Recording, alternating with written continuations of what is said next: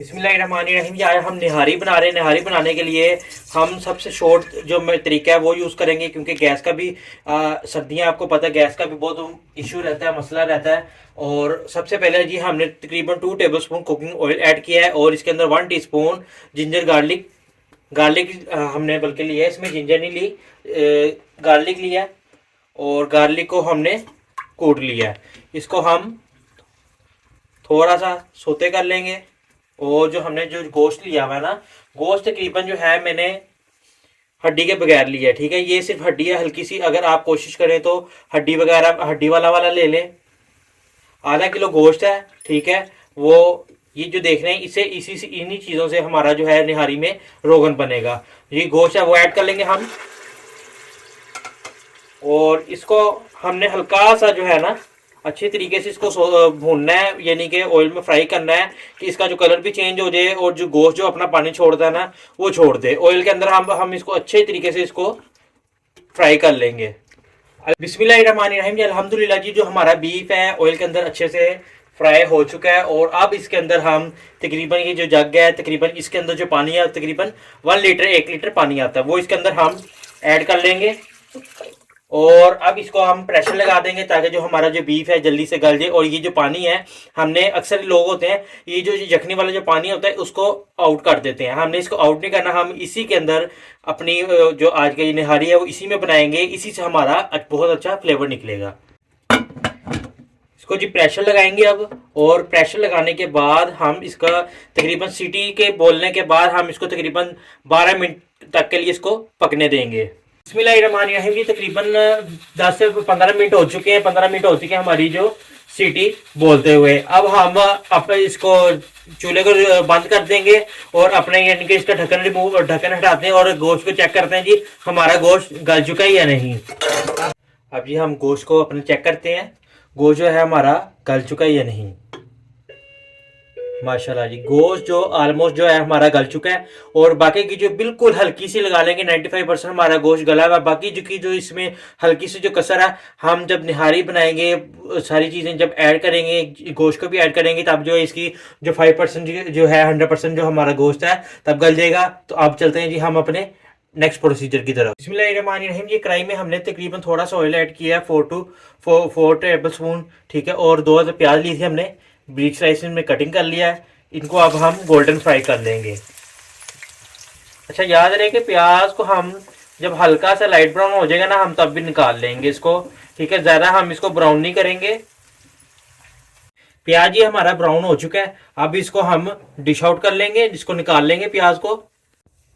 बिस्मिल्लाहिर्रहमानिर्रहीम जी, अब हम उसी कुकिंग ऑयल में, उसी ऑयल में जिसमें हमने प्याज को फ्राई किया था, 1 टेबल स्पून जो है जिंजर गार्लिक का जो पेस्ट है वो ऐड करेंगे। और इसको अब हम हल्का सा सोते कर लेंगे। अच्छा जी, ये जो प्याज जो हमने फ्राई किया ना, इसकी हमने थोड़े से पानी डालना है इसके अंदर। और इसकी जो है हमने एक पेस्ट बना लेंगे।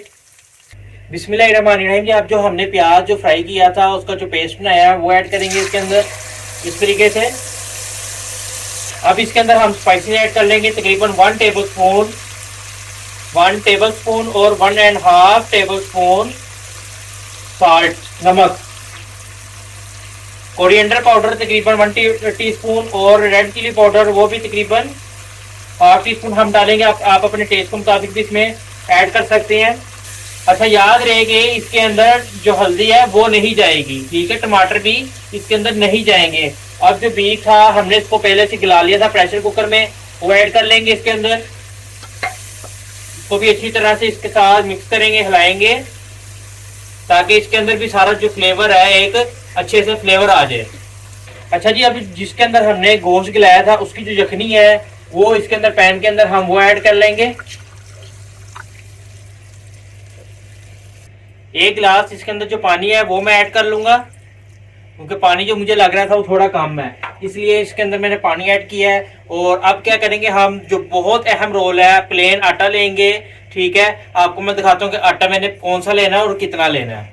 अच्छा जी, अब मैं आपको आटा बताऊँ। आटा ये है जी सफ़ेद आटा है, प्लेन। ठीक है, ये देखें 1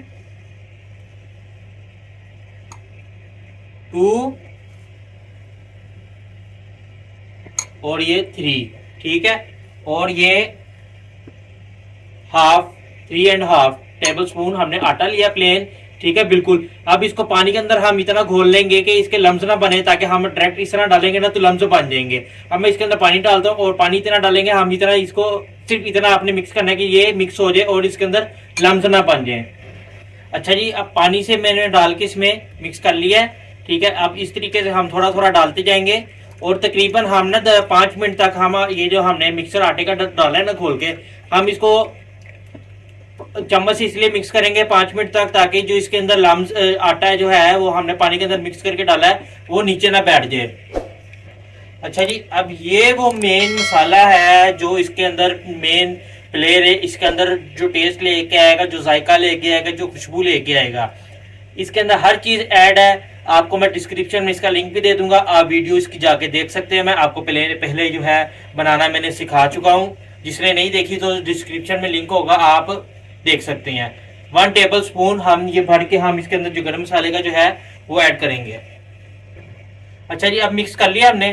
अब तकरीबन इसको हम कम से कम ना हम आधा घंटा जो है इसको पकने के लिए छोड़ देंगे, इसको ढक देंगे। अब बिस्मिल्लाहिर्रहमानिर्रहीम, अल्हम्दुलिल्लाह जी, हमारी जो निहारी है वो रेडी हो चुकी है। बेहतरीन सी निहारी, माशाल्लाह इतनी अच्छी खुशबू आ रही है, टेस्ट में भी बहुत ही अच्छी है। मैंने हल्का सा नमक मिर्च वगैरह टेस्ट किया तो मैं कहता हूँ बेहतरीन, बहुत ही अच्छी, बहुत ही आला, बहुत अच्छा टेस्ट निकला है।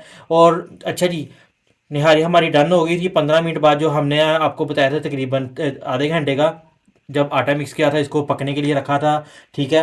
उसके बाद क्या किया था मैंने, जब आधा घंटा हो चुका था मैंने चूल्हे का फ्लेम को बंद कर दिया था। चूल्हे का फ्लेम क्यों बंद किया था, ढक्कन मेरा रखा हुआ था, मैंने ढक्कन नहीं खोला था, ताकि जो ऑयल है ये देखें साइडों पे जो ऑयल है ये अच्छे से आ जाए। ये देखें, ये ऑयल जो है ना, ये इसके लिए हमने बंद किया था, ताकि जो ऑयल है हमारा अच्छे से आ जाए। लेकिन अब हम डिश आउट करते हैं और आपको मैं दिखाता हूँ जी हम इसकी गार्निशिंग अच्छी सी डिश आउट करेंगे जी। ये देखें, लुक चेक करें आप माशाल्लाह, और इसकी थिकनेस चेक करें। और थिकनेस जो है इतनी ही होनी चाहिए। कुछ लोग जो है बिल्कुल ही थिक कर देते हैं, वो अच्छी नहीं लगती। ये देखें, ज़्यादा थिक नहीं है, सिर्फ इतनी आपने थिक रखनी है।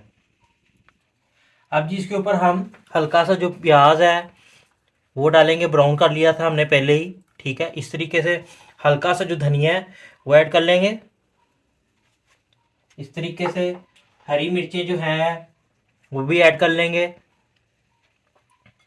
माशाल्लाह। इस तरीके से जी प्लेट को आपने भर देना है गार्निशिंग से, तभी आपकी जो निहारी का जो टेस्ट है वो भी बड़ा अच्छा आएगा। ये देखें जी, इस तरीके से आप जिंजर डालेंगे हम जूलियन। और उम्मीद करता हूँ जी आपको मेरी आज की रेसिपी अच्छी लगी होगी। अच्छी लगी होगी तो कमेंट में आपने लाजमी बताना है।